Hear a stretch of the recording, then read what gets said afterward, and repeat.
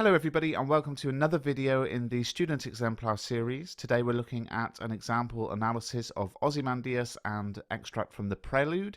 This work was sent in by a student who wishes to remain anonymous. If you want to send your work in to be featured in a video, email it to info@mrbruff.com, and if we use your work, I'll send you 2 free ebooks as a thank you. Although Ozymandias and the Prelude both explore the power of nature over man, Shelley focuses on the impermanence and decay of power, while Wordsworth explores the transcendental effects of nature as well as the fear he experiences while subjugated by the power of nature. Shelley also mocks the hubris of the despot Ramesses II, although the poem can be read as a warning to George III. Meanwhile, Wordsworth's autobiographical poem focuses on the power of nature through a remembered childhood, both common romantic themes. Okay, so what I like about this introduction is it says, okay, here's a similarity between the two poems. So they're both exploring the power of nature over man, but here's a slight difference. Shelley's poem, Ozymandias, focuses on the impermanence and decay of power, but Wordsworth's focusing on the transcendental effects of nature and how we can feel when we experience that power. And that really, to me, is an introduction which suggests this will be a really good answer. An introduction which suggests, look, I've got a line of argument, a hypothesis, a conceptualized response here. My line of argument is that both have a similarity in that they both show the power of nature, but then there is a difference in quite how they do that, or quite what that means. And that looks like an introduction which is going to lead to a very good answer. Shelley employs the sonnet form of classic love poetry to reflect the self-obsessed nature of the powerful. Just as the poetic form is all about love, Ramesses is full of love for himself and his power. However, Shelley's use of structure undermines the notion of human power being eternal. The poem is a mixture of 3 different sonnet forms, the Petrarchan, the Shakespearean, and a third new form. It is Petrarchan in that the poem is structured as an octave, which describes the shattered visage that symbolized Ramesses' power, and a sestet, which focuses on how nature outlives the powerful. The poem's initial rhyme scheme is Shakespearean, as the first 4 lines rhyme AB, AB, land, stone, sand, frown. However, Shelley disrupts the rhyming patterns by continuing the octave's rhymes into the sestet and only introducing new rhymes gradually. As such, there is a unique and original rhyme scheme, A, C, D, C, E, D, E, F, E, F. Just as the form of the poem constantly changes, human power constantly changes hands, reinforcing the idea that it can never stay with somebody forever. Contextually, Shelley's refusal to conform to any specific form or metre reflects his own romantic beliefs. Alternatively, his subversion of the typical sonnet forms can also represent the decay and breakdown of both Ozymandias' power and his civilization. Okay, so this is a really nice paragraph, and what I like about it is that, and I talk about this all the time in my poetry videos, it's not just a student who's saying, let me tell you something clever I know about the poem. It's a student who's saying, I've got this clever idea and I'm going to use it to answer the question, the specifics of the question about the presentation of power. I'm going to link that to this idea about the fact that the poem, yes, it's a sonnet, but it's not like any sonnet we've seen before. It has elements of different sonnet forms, and this is what that tells us about power. A lovely analysis of the form there. Contrastingly, Wordsworth was a pantheist who believed in transcendentalism, with his appreciation of nature approaching something close to worship. He also explores the power of nature to subdue and unsettle, as it prompts his thinking about his place in the cosmos. In the Prelude, he personifies nature, presenting her as his muse who inspires him with a sublime and profound experience. In addition, nature frightens him as it is imposing. The repetition of the pre-modifier huge in the adjectival phrase, a huge peak, black and huge, emphasizes the sheer size of the mountain, suggesting that it is ominous and overwhelming. Nature also triggers a spiritual inner conflict, with the dramatic landscape prompting Wordsworth's existential exploration. He reflects on how small humanity is in comparison to nature, which he sees as divine and majestic. Okay, in this paragraph, we've got language analysis, looking at the use of the word her, looking at the repetition of the words huge. Of course, when you're analysing repetition, that's analysing structure as well. So we've got a nice mixture of language and structure analysis, which adds on to the previous analysis of form. On the other hand, Shelley focuses on exploring how great and powerful leaders cannot imagine a time when they are no longer in power. They are deluded in their belief that their power is supreme and invincible. Inscribed upon the pedestal is Ramesses' warning to others to fear his wrath. Look on my works, ye mighty, and despair. His tone of command is expressed through the stressed syllable in the direct imperative look. There is no attempt at politeness. His strong and authoritative tone is also indicated by the exclamative despair, conveying his hubris and pride. However, Shelley juxtaposes Ramesses' arrogant and aggressive speech with the short declarative, nothing beside remains. This isolated three-word simple sentence conveys the irony of Ramesses' boasting.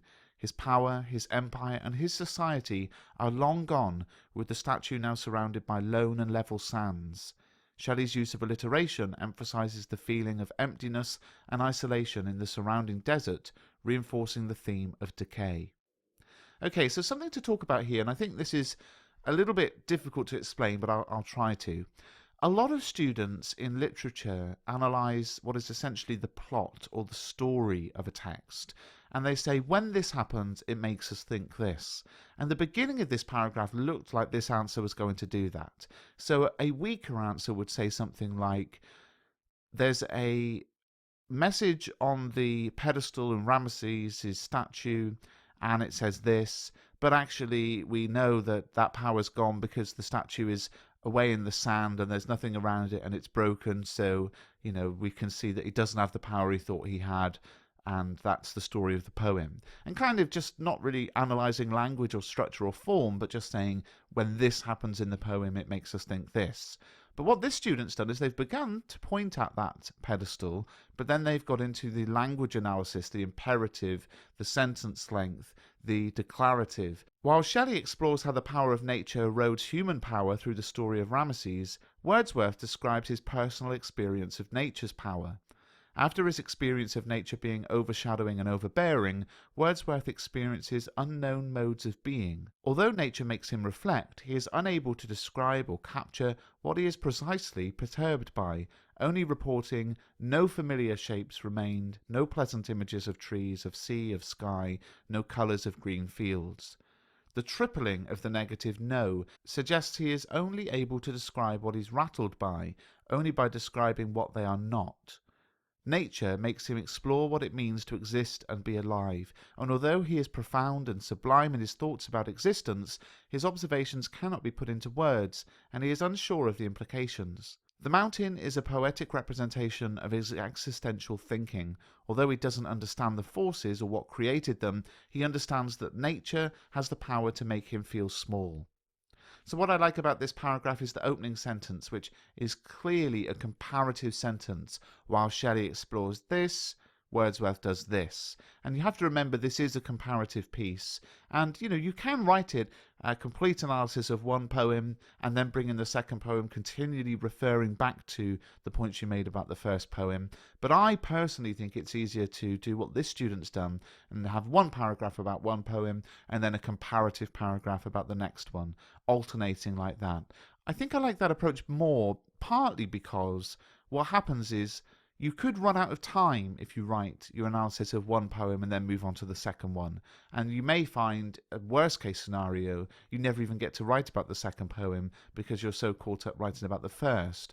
Whereas if you have the alternating comparative approach, then let's say you've got 3 points of comparison you want to make. Well, you might only end up getting to write about 2, but at least you've compared. You might leave some ideas that you haven't had time to explain, but at least you've still compared the 2 poems. Okay, let's finish off the answer then. Both poets explore the idea of human power being ephemeral.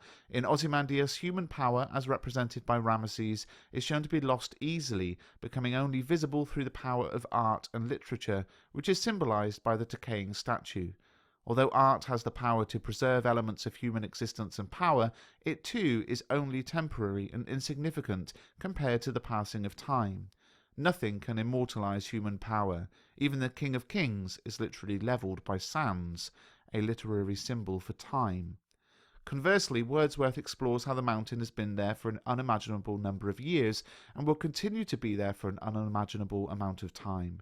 Geological time, as represented by the mountain, is very different to human time, which is ephemeral and not unlike flora and fauna in that it lasts for a short time and will fade and wither.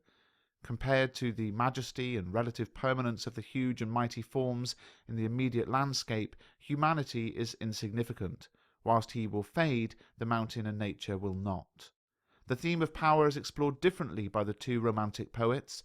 The late Romantic Shelley highlights power is, in fact, temporary by showing how a once powerful leader is now only a shadow of his former glory, forgotten and insignificant, and only remnants, literally and figuratively, remain, a pathetic statue atop a pedestal in the middle of the desert, which was once a bustling metropolis back in ancient Egypt.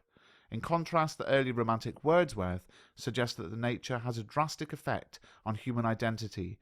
His experience of nature's domineering physical presence has a long-lasting psychological impact which haunts him day and night.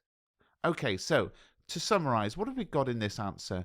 We've got an introduction which suggests a line of similarity but also a line of difference. We've got analysis of form, we've got analysis of structure, we've got analysis of language, and beautifully compared all the way through.